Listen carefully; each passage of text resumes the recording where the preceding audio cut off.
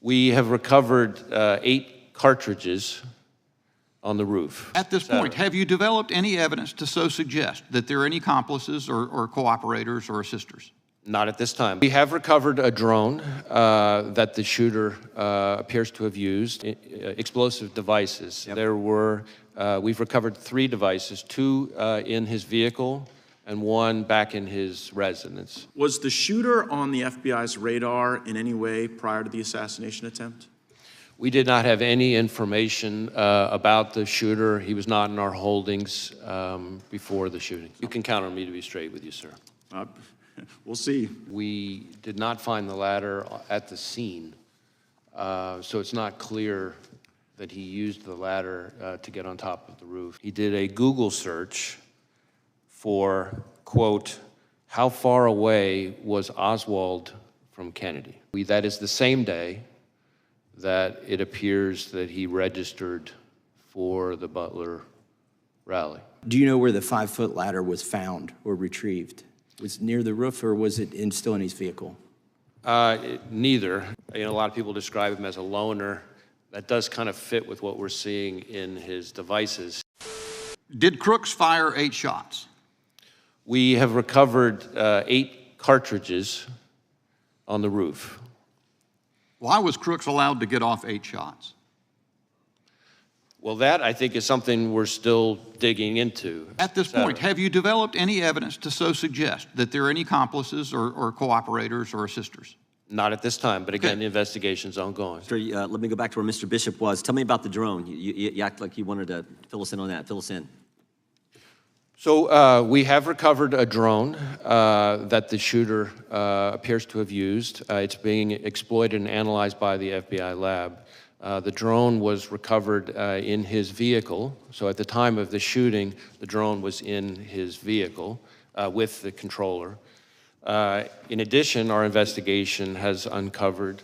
Do you know what time of day he flew it, and if he flew it on the day of the shot? Yeah. Oh, I'm sorry. Go ahead. Go ahead. So in addition, it appears that around 3:50 p.m., 4 o'clock in that window, on the day of the shooting, that the shooter was flying the drone around the area for about 11 minutes. I want to be clear, but when I say the area, not over the stage and that part of the area itself, but I would say about 200 yards, give or take, away from that. We think, but we do not know, so again, this is one of these things that's qualified because of our ongoing review, that he was live streaming, viewing the footage from that, again, about 11 minutes in around the 3:50, 4 o'clock p.m. range. 2 hours before, he's flying a drone in the vicinity of the rally. About 200 yards away, yes. Yards. Okay, that's important information. What about the bombs that we've heard about in the shooter's car?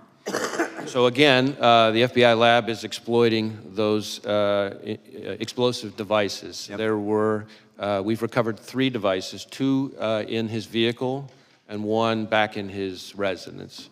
Are these what you would call, your experts would call, sophisticated operations, or this? I don't know. That's what I've been told by people who have some understanding of this area. Yeah, I think it's.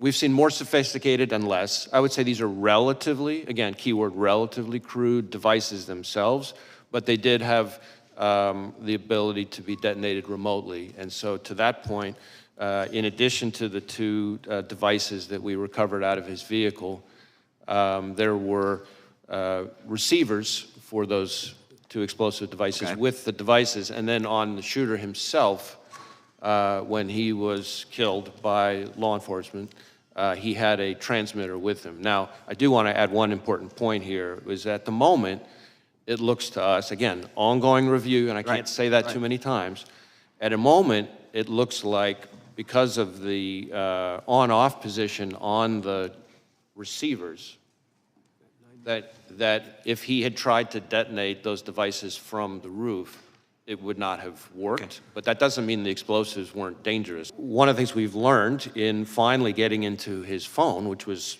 also a significant technical challenge from an encryption perspective, but in addition, once we got on the phone, it turned out he was using some encrypted messaging applications. And again, the same question relative to the bombs. Was this pretty sophisticated, or is this is the kind of the norm you see with folks like, similar situation? How would you describe on this subject, I would say this has unfortunately now become very commonplace, and it's a real challenge for not just the FBI, but state and local law enforcement. Often in an investigation, from interviewing people that the subject was in close contact with, looking at the individual's social media accounts, messages, often things, physical evidence in the person's residence. You might see a manifesto, things like that. We're not seeing that yet, but we are digging in hard because this is one of the central questions for us. What I can say is that the shooter appears to have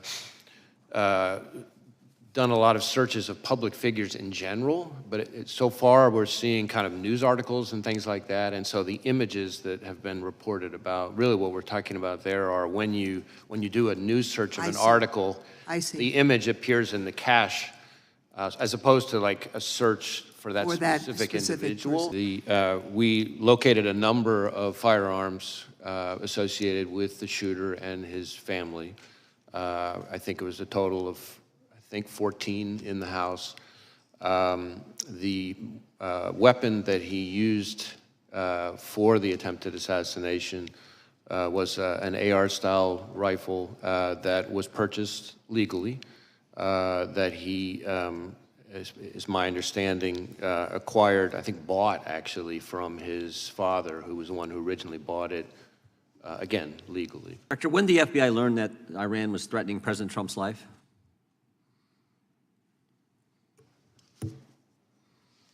So I want to be a little bit careful here, not to talk about specific classified information, but we have been for quite some time, and I'll stick with what's in the open record.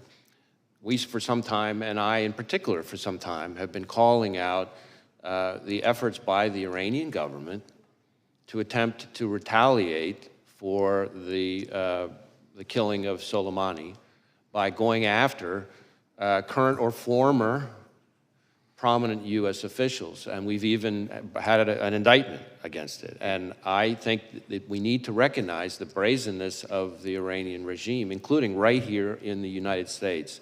And I expect that we're going to see more of it, and I expect there'll be more coming on that. I'm not aware of any threat information related to protectees that wasn't, passed in a timely way, but I can't really get into specifics here. It's minority's time here, but I just felt that was a question the committee needed to understand, and it sounds like you've known that for a long time, and that information was conveyed to the Secret Service? Any information related to threats against the former president, which again, as we've sort of talked about, is happens all too often, is something that we have a whole process we routinely share with the Secret Service at a number of levels in a timely way, and to my knowledge, that has consistently been followed. Was the shooter on the FBI's radar in any way prior to the assassination attempt? We did not have any information about the shooter. He was not in our holdings before the shooting. No communication in any chat rooms, no CIs or confidential human sources have any interaction with? No, we've run a thorough search for the subject through all of our holdings, and he was not in them anywhere. Were there any FBI agents or informants present at the Trump rally in Butler? Not to my knowledge. And Mr. Jordan was talking to you about Iran. Were law enforcement resources diverted from the protection of President Trump to John Bolton as a consequence of concern that Mr. Bolton might have been the target of Iranian malign efforts? That's really a Secret Service decision. I don't know the answer to that. That's really something they would know better. What I can tell you is that there are a number of individuals. You mentioned one who we've brought a case, a specific criminal case for the Iranians targeting for assassination. But how the are you going to get that answer to us? Whether or not resources were diverted from Trump to Bolton, is that just going to be part of your review? I think that's going to be part of the reviews by the inspector general. The inspector general for DHS, right? Of DHS Right, and the outside panel. And I think that's an important point because the Inspector General for DHS has really fallen out of favor with the administration because he's been pointing out all the problems on the border with Mayorkas and Biden, and we're always kind of worried that they're about to fire him, which would be a really bad idea now that this role that you've identified is so critical. Be a bad idea to fire the IG for DHS during the pendency of this, right, Mr. Director? I don't think that would be a good idea. I'm with you on that. So I want to zoom out a little bit. How often do you brief President Biden? You mean on this specific No, just generally. case? No, in your role as FBI director. I mean, I don't know that I could give you a number. Is it like weekly, monthly, daily? It's not at a regular cadence. There have been times when there have been months at a time when I haven't, and then there have been times when several days apart I have. Okay. It's always with other people. The vice president, is she typically there? Often has been. Okay, so when did you notice his decline? In my interactions, in my role, all my interactions with the current president have been completely professional. Right, but I mean the cognitive decline. I'm not saying he treated you unprofessionally, just maybe not picking things up as quickly as he used to. Again, I don't meet with him very often, but what you're describing is not something that I've observed during my interactions with him. I mean, we've had it observed so often that the ranking member and Mr. Schiff on this committee have said that he could no longer continue as a candidate. And so, since you're the FBI director, I was just sort of wondering, like, who's running the country? Like if something bad happened, you'd have to go brief President Biden about it right now? God forbid? And on any number of occasions, I have briefed the president, and as I said, those briefings have all been uneventful and unremarkable. Oh, I can imagine them being uneventful. But in the work where the vice president's also present, like you say, there's like more than half the time there's these briefings, she's there too? I don't know if I'd said more than half the time. Certainly, there have been times where she's been present. There have been other times where she hasn't. I take you at your word when you say this is the most complicated threat environment you've ever observed over a long career in law enforcement. And I'm just kind of wondering, with this assassination attempt, with the invasion at our border, with all the Hamas that have been let in that you've talked about and briefed about, like, is Biden up to it? And if he's not up to it, and you're a guy who's been regularly briefing him, like, who's been in on this conspiracy to hide the real Joe Biden from all of us for years? It never occurred to you that this guy wasn't up to it in all these briefings you did? As I said, my briefings with the president have all been completely fine. Were they between 10 a.m. and 4 p.m.? He's asked questions. There hasn't been anything of note in the area that you're talking about. Yeah, did you ever have to brief him before 10 a.m. or after 4 p.m.? We hear those are his good hours. I certainly, times that I have briefed have included outside those hours. Right, okay. I think the American people want to know how we got to this point with someone who's so diminished his own party has basically put him out to pasture. And since you had close proximity and the vice president had close proximity, I'm just kind of wondering if you were being straight with all of us about how things were going with him. I guess we'll have to figure that out. You can count on me to be straight with you, sir. We'll see. I read something about a ladder. He used a ladder to get up on that roof, and that the ladder was found somewhere a distance away. Is that true? So we do know that he purchased a ladder. I think, if I recall correctly, it was about a 5-foot tall type of ladder. But importantly, we did not find the ladder at the scene. So it's not clear that he used the ladder to get on top of the roof. So you don't think we're the ladder... still digging into all that, things related to the ladder and his access to the roof. But he did buy a ladder, but the ladder was not found at the scene. Ladder didn't have any feet on it. It didn't walk off. Oh, yeah, right. Thank you, sir. Jeffrey Epstein, been in the news a lot lately about involvement with certain people high in politics involved. Did the FBI conduct the raid on his townhouse in New York when he was incarcerated in New York? There was a raid on his East Side townhouse. Well, I don't know about a raid. I know we executed a number of searches in the course of our fairly extensive investigation Can you related to tell Mr. me if Epstein. during that search, if you came across and have within the possession of the FBI tapes of him with other individuals that he might have taken in, people in compromising positions? Yeah, I don't know that there's anything I can share related to that. I can see if there's information we could provide and maybe get back to you on it. If there were tapes of people in prominent positions, friends of his he posed for pictures with, possibly in compromising positions, it would be, the public, I think, has a right to see those. Well, I mean, how we handle evidence recovered in a criminal investigation has all kinds of rules that apply to it. I recognize the intense public interest in the subject, but we'd have to follow our rules. But I'm happy, like I said, I'm happy to follow up with my team on it. And did the recovered shells, the cartridges, match the shooter's rifle? My recollection is yes. And you conducted analysis that confirms that? Well, we work with ATF, but yes, so some of the work has been divided up. But. And how many shells, casings were recovered from the location of the counter snipers? I'm sorry, I couldn't hear the last part. From the counter snipers' location? That I don't have the answer, at least here at my fingertips. I don't think this has been reported yet, that the weapon had a collapsible stock, which could explain why it might have been less easy for people to observe. You know, because one of the things that we're finding is people have observed him. The first people to observe him with the weapon were when he was already on the roof, and we haven't yet found anybody with firsthand observation of him with the weapon walking around beforehand. So that doesn't mean he wasn't, obviously, but the collapsible stock is potentially a very significant feature that might be relevant to that. Did he have a scope? I believe so, but as I sit here right now, I don't remember. Okay. You mentioned about 2 hours before the incident that he'd had a drone and he was using a drone. Instead of me putting words in your mouth, just tell me how you discovered the drone, how you discovered the time, and how you discovered, if you can describe what he would have been observing with the drone and how you determined that, please. So this is something that's very much ongoing right now. We're going back and forth with our lab as they continue to do work on it. What I would say is the drone was in his car.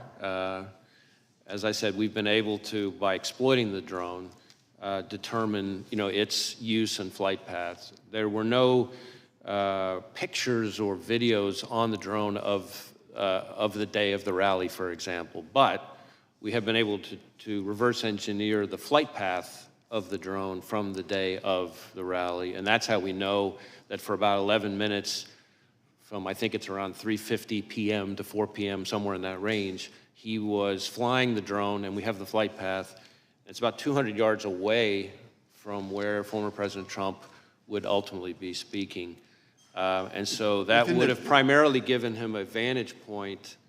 I'm trying to think how to describe this.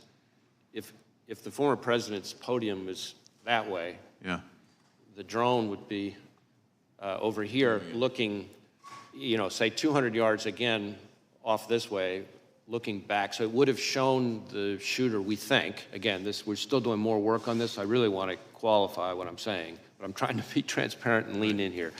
We think it would have shown him kind of what would have been behind him. But when you say behind him, behind the shooter? Correct. Like, in other words, almost like giving him a rear view mirror of the scene behind him, except, again, he wasn't flying it overhead while he was later back for the assassination. But he would have had, with the drone, he would have been able to also assess kind of what, because the stage, I assume, was already set, he would have been able to assess that angle with the rooftop as well, forward and backward, I assume. Well, certainly going towards the podium. Again, we're still trying to figure out exactly what he saw, because we're having to, in effect, because there's no recording of what he saw during those 11 minutes, our hypothesis at this point, the experts think he would have been live streaming it. And so we're trying to, in effect, say, okay, if this was the flight pattern, given these capabilities of the drone, what would you have seen? What could you have seen for those 11 minutes? And again, it wasn't over the stage or the kind of the hub of the rally. It was about 200 yards away, but it looks like it would have been looking, let's say, length of a football field or so, more, kind of towards towards the podium. Great, thank you, Mr. Chairman. How many separate times was the shooter on the premises?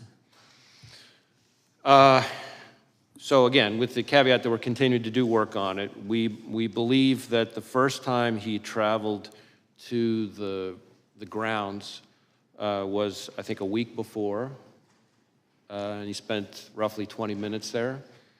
Then he went to the grounds again on the morning of the event, it appears, for about 70 minutes, I think, but again, I qualify that. I'd have to go back and look to be sure of that part.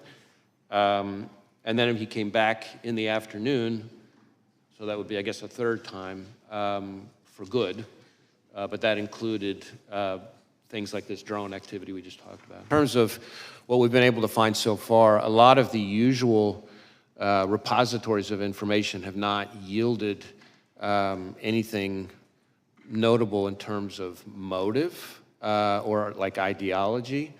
Having said that, it does appear fairly clear that he was interested in public figures, kind of more broadly, and I think this is important, that starting somewhere around July 6th or so, he became very focused on former President Trump and this rally.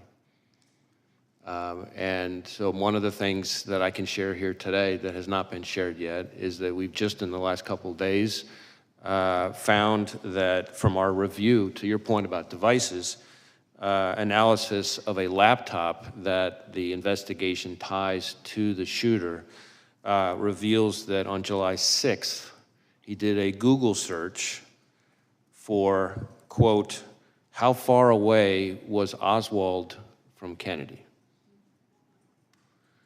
And so that's a search that obviously is significant in terms of his state of mind. That is the same day that it appears that he registered for the Butler rally. Director Wray, how many counter snipers were present at the rally that day, and which of the counter snipers took the shot that took out the would-be assassin? I don't have the number of counter snipers. I know it was the Secret Service counter sniper who took the shot that eliminated the shooter. We've conducted a number of interviews, including of him.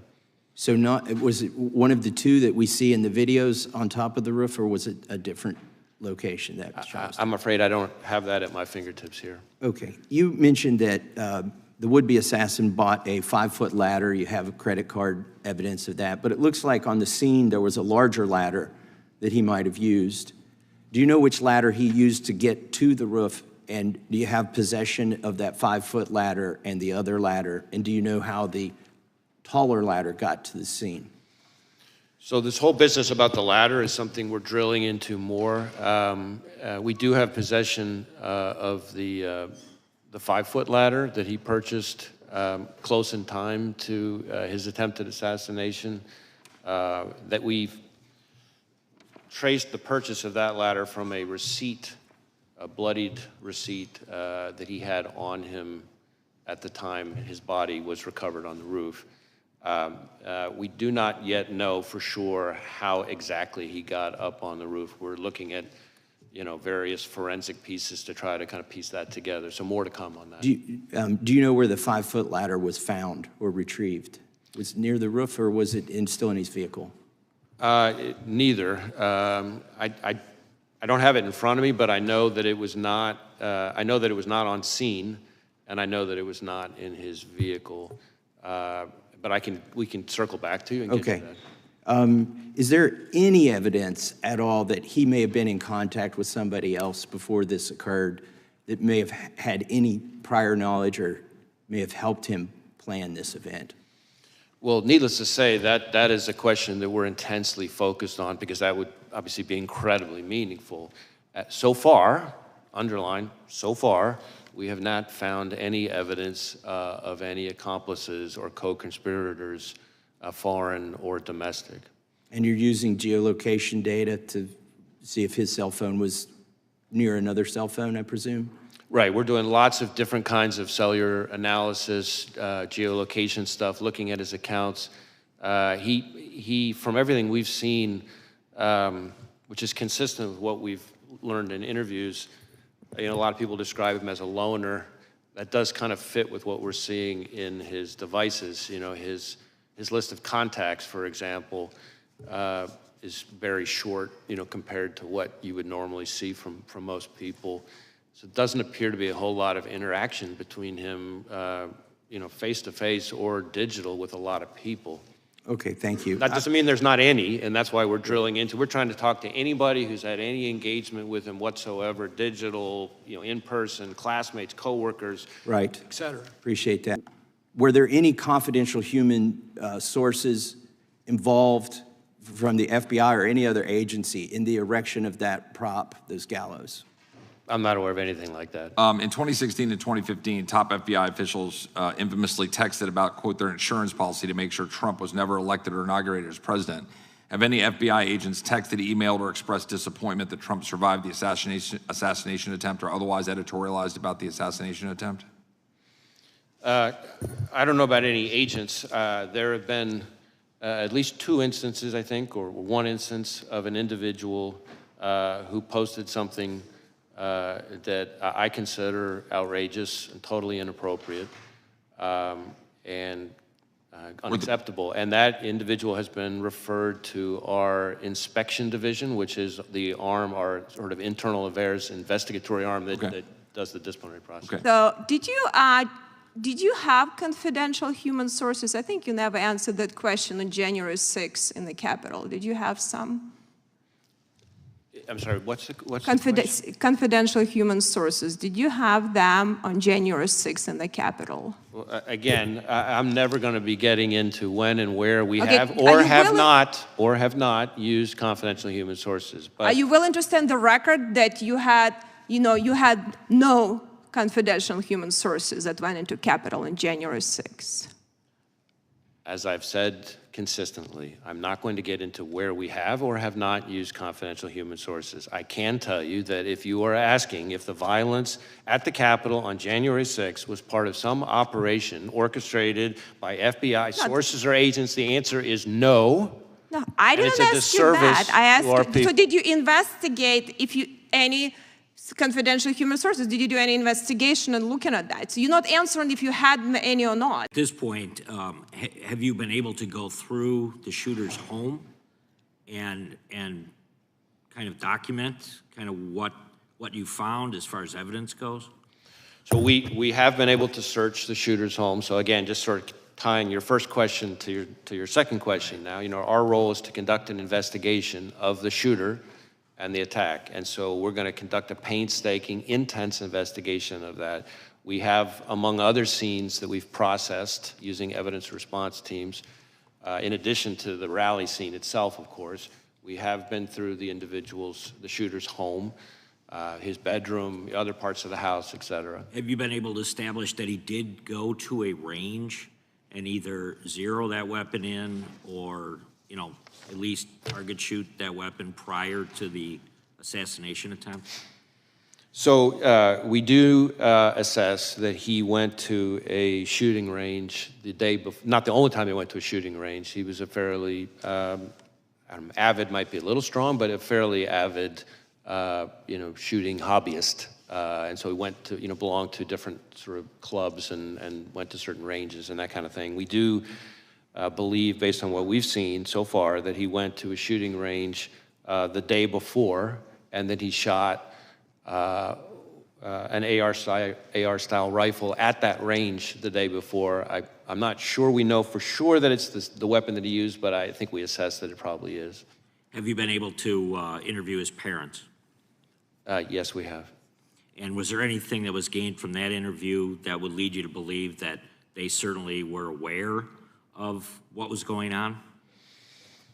I guess I want to be careful about talking about specific people's interviews, but I would say that his parents were cooperative with us. And as I've said before, and hopefully this gets at your question, we have not identified any accomplices, co-conspirators, or anything along those lines. My understanding is that the local officer who that we're talking about, with the assistance of another local officer, was able to kind of get up and see onto the roof where he observed the shooter, I believe, in a prone shooting position. The shooter then turned and faced him, the local officer, with the weapon. From the prone position. That's my understanding. And then he went back to the prone position. And this is all seconds before the shooter took his But that shots. entire time, the shooter was in the scope sight of the counter sniper, correct? That one I'd have to double check on. I know we've interviewed the counter sniper, but I'm not sure I know the answer. But the counter sniper didn't take a shot until after the assassin attempted to shoot the former president and others. He got off 8 shots before the counter sniper shot the shooter. What's with that protocol? Can you get that fixed? Well, I really want to be careful not to be, given the scope of our investigation, somehow second-guessing the very difficult act and decision it takes for a counter sniper to kill another human being in that situation. It's all happening in seconds. So 8 shots, yeah. and that was after he'd been seen for 20 minutes. We were hopeful that you could tell us something about your interview with the counter sniper. Yeah, I guess I want to distinguish a couple things. There is some individual, not law enforcement, I believe, who spotted the shooter on the roof a few minutes before, but I think law enforcement spotting him with the weapon on the roof is seconthis before the shot. Okay, So that's important. yeah, so I think there's two different things I think going what you're on saying there. is it wasn't maybe that if the bad guy shoots at 6:11, then you're saying this encounter with local law enforcement that Mr. Bentz was just getting into happened just seconds before that and maybe not 2 minutes before that? That's my understanding. That, in other words, that there's different things here. There's an individual, at least one individual I can think of, not law enforcement, member of the public, who observed him on the roof. Not clear whether or not the individual saw a weapon or not, but saw him in a way that was concerning. That is some number of, not many, but like just a handful of minutes. I think separate from that, as far as law enforcement goes, in terms of a weapon, this local officer that we just talked about observed the individual, again, literally just seconds before the shooter took his shots. Separate and apart from all of that, roughly, I think, maybe a little less than or around an hour before the shooting, there were local law enforcement officers who observed the shooter, not up on the roof, not with a weapon, but with I believe, a rangefinder, kind of like you would use if you were playing golf or something, in a way that was odd and suspicious. So that started happening with local law enforcement beforehand. But in terms of shooter, meaning with the weapon, law enforcement, my understanding is that the first time that happened was this local officer climbing up on the roof seconds before the shooting. Again, we want that timeline. I think the committee wants that timeline and communications that were taking place in that short period of time. Investigators also have said that the shooter posted, quote, "July 13th will be my premiere. Watch it as it unfolds," on an online gaming platform sometime before he tried to assassinate President Trump. Can you confirm that, and how much time elapsed between this posting and the attempt on July 13th? So I'm really glad you asked about that, because that is a situation where, again, in our effort to give real-time information, since we've provided that information, we have since learned that July 13th premiere profile page on the gaming platform, it turns out it was not the shooter. Okay. That it was some other individual as part of some sick joke who, after the shooting, created a profile page pretending to be the shooter.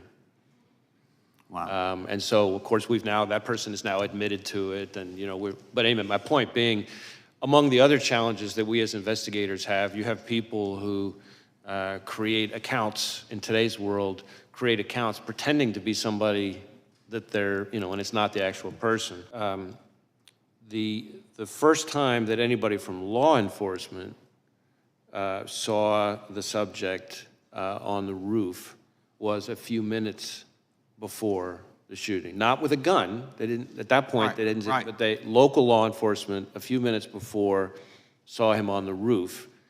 and started radioing. Did he have a it. backpack going up the roof? Did they? Well, we haven't found anybody yet who saw him climbing up the roof. The reason why I've talked about how we think he got on the roof is that's based on forensic, our evidence response team and forensic analysis that we're, without getting into all the details, footprints and things like that we can, fingerprints, et cetera, that we can see how he got on. But we don't have an eyewitness at the moment who saw him climbing up. So a few minutes before the shooting, local law enforcement saw him on the roof. Again, no weapon identified at that point. A few seconds before the shooting is when the law enforcement officer that I've talked about already is the one who was assisted by another officer who saw up on the roof, saw the shooter in a prone shooting position with the gun. He turns. How long did that happen before? That sighting, that is the first time, to my knowledge, the first time anybody from law enforcement saw him with a weapon, that is seconds before he shot at President Trump. Thank you, Mr. Chairman. I yield back. So did the counter sniper not see the bad guy, the shooter, until after he fired a shot? You mean until after the subject fired a shot? Until after the shooter? Yeah, I don't know the answer to that. It's possible we've already determined that, but I don't, as I sit here right now, I don't have that. But I can, yeah. Was this a sophisticated plot that Thomas Crooks carried out? Well, I think probably depends on your definition of sophisticated, right? So on the one hand, he's a 20-year-old, seems to, from what we've seen so far, loner, without a lot of elaborate criminal history, without any criminal history or anything like that. On the other hand, he did clearly do some level of planning and recon. When did the planning start, to the best of your knowledge? What's that? When did the planning start? Well, we're still drilling into that, but we know, we assess that on July 6th, so a week in advance. for example, it seems to be that he seems to become very focused on it, because that's when, as I've testified here today, that's when the laptop that we've tied to him has the Google search, how far away was Oswald from Kennedy? I mean, that seems like an indication of a total amateur, right? Someone who's searching for that, and he's doing it a week in advance. Again, I don't want to characterize him, I frankly don't want to give him the credit of characterizing him as amateur or professional. There's also been reports that the shooter's parents called local law enforcement to say he was missing on the day of the shooting. Is that correct? And if so, is that something that you would see as a sort of a natural thing for them to do? It seems like a 20-year-old who's been missing for a few hours, maybe his parents don't, first thing they do, call the police. What was going on with that situation? So my recollection, I don't have this in front of me, my recollection is they did call, concerned that he was missing. My recollection, though, is that they didn't call until, this was after the event. I see. But I'm not certain of that, so I want to, hedge on that slightly, because I have to get back to you to confirm that. I believe that part of the issue was that when he last saw his father, he, I think, indicated to his father that he was going to shoot at the range. And then, of course, he didn't go to the range and he didn't come back from that. And so I think that may have added to the level of concern. Reported in March that the FBI's Foreign Influence Task Force resumed communication with social media companies. And an FBI spokesman has stated that, quote, in coordination with the Department of Justice, the FBI recently implemented procedures to facilitate sharing information about foreign malign influence with social media companies in a way that reinforces that private companies are free to decide on their own whether and how to take action on the information, end quote. Director Wray, what specifically is the FBI doing to reinforce that such decisions are, in fact, for the private companies to make and not the administration? So I think the best way to summarize it is that the guidance makes all kinds of additional steps to underscore that the FBI has no interest in participating in any way whatsoever in the company's decision-making, that companies are completely free to take any actions on their own, that we are simply passing information on to them for them to do whatever it is they want to do independently, consistent with, I should say, I very much appreciate the Supreme Court's finding that no evidence that the FBI coerced platforms to take content down. Well, I don't believe that that's what the Supreme Court found. What the Supreme Court found was that the parties involved didn't have standing, but I think there's a whole body of evidence and legal analysis demonstrating that, in fact, this administration was violating the First Amendment rights of folks through social media companies. Is there any chance I mean, it seems to me that this bad guy, this shooter, was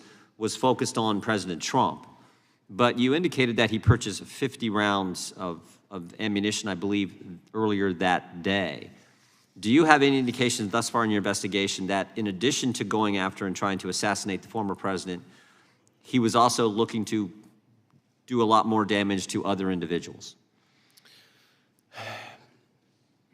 That's a hard question to answer. What I would say is I agree with you that his preparatory activity is what we've seen so far, the limited information that has been relevant and interesting about his preparatory activity does seem to be that he had settled on former President Trump as a target and this rally as his moment to try to take a shot.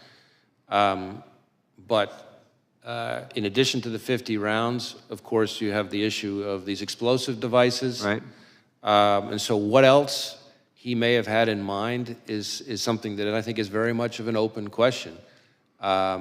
On the one hand, you have these explosive devices, including the one still back in his home that wasn't in quite the same stage as the one in the ones in the vehicle. But he clearly had those explosive devices for some reason. And so we're trying to figure that out.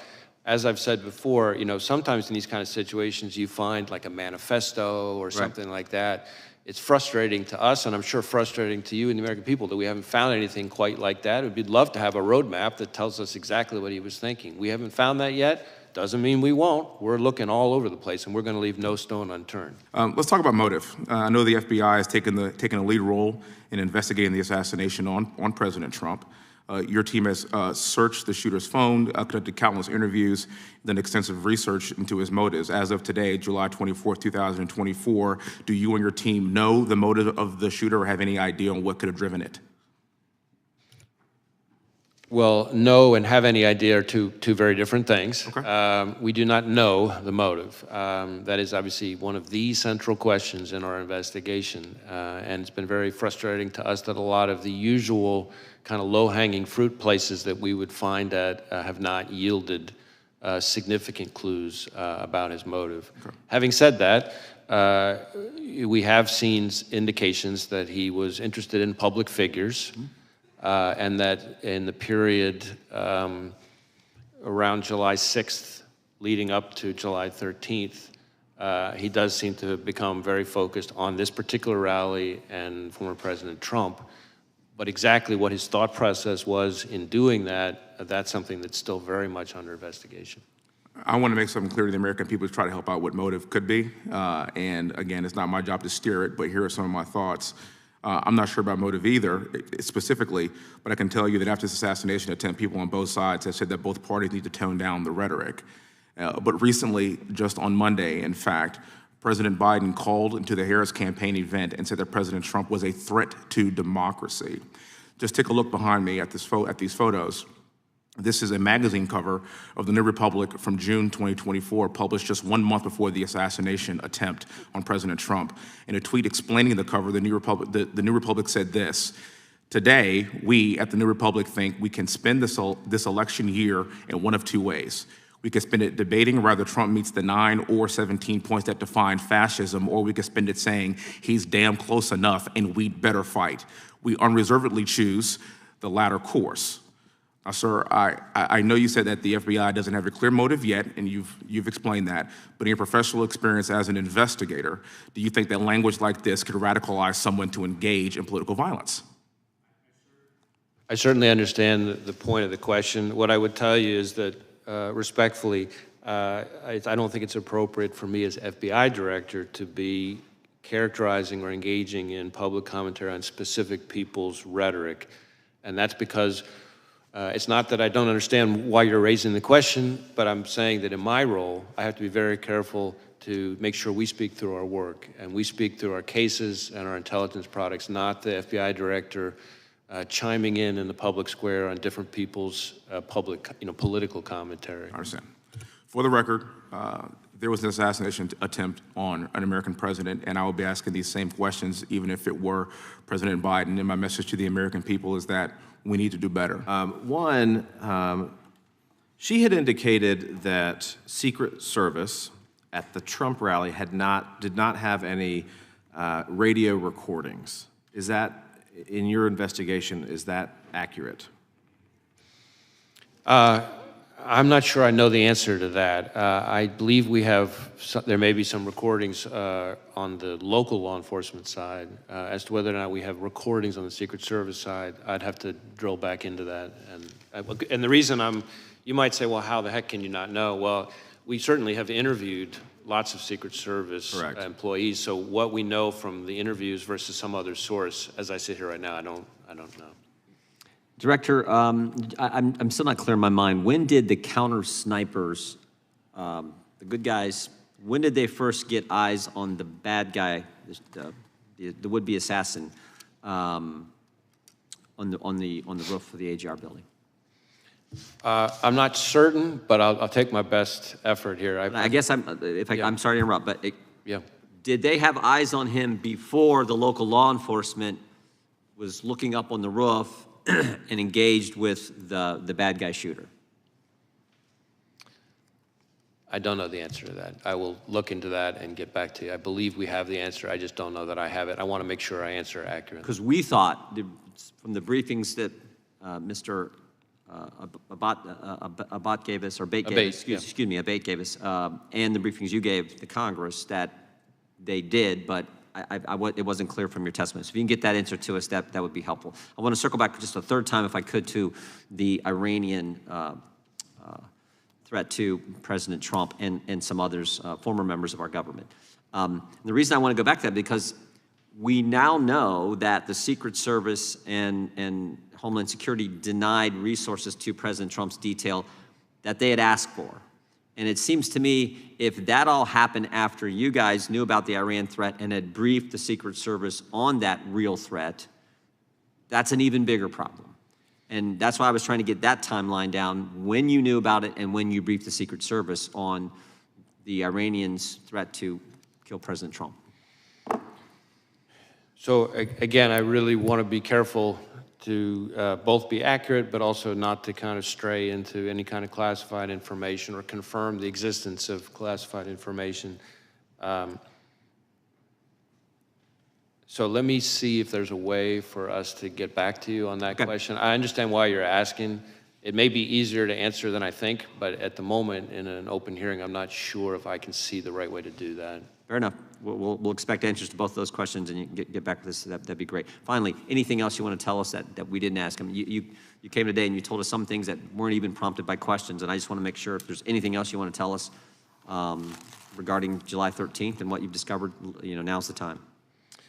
Well, again, we're going to continue to engage with the Congress. I think we've covered a lot of the points that I really wanted to make sure that I got across, and just as I'm looking at my list, in one way or another, through the course of today's questioning, I think we've gotten through most of it. Without objection, the hearing is adjourned.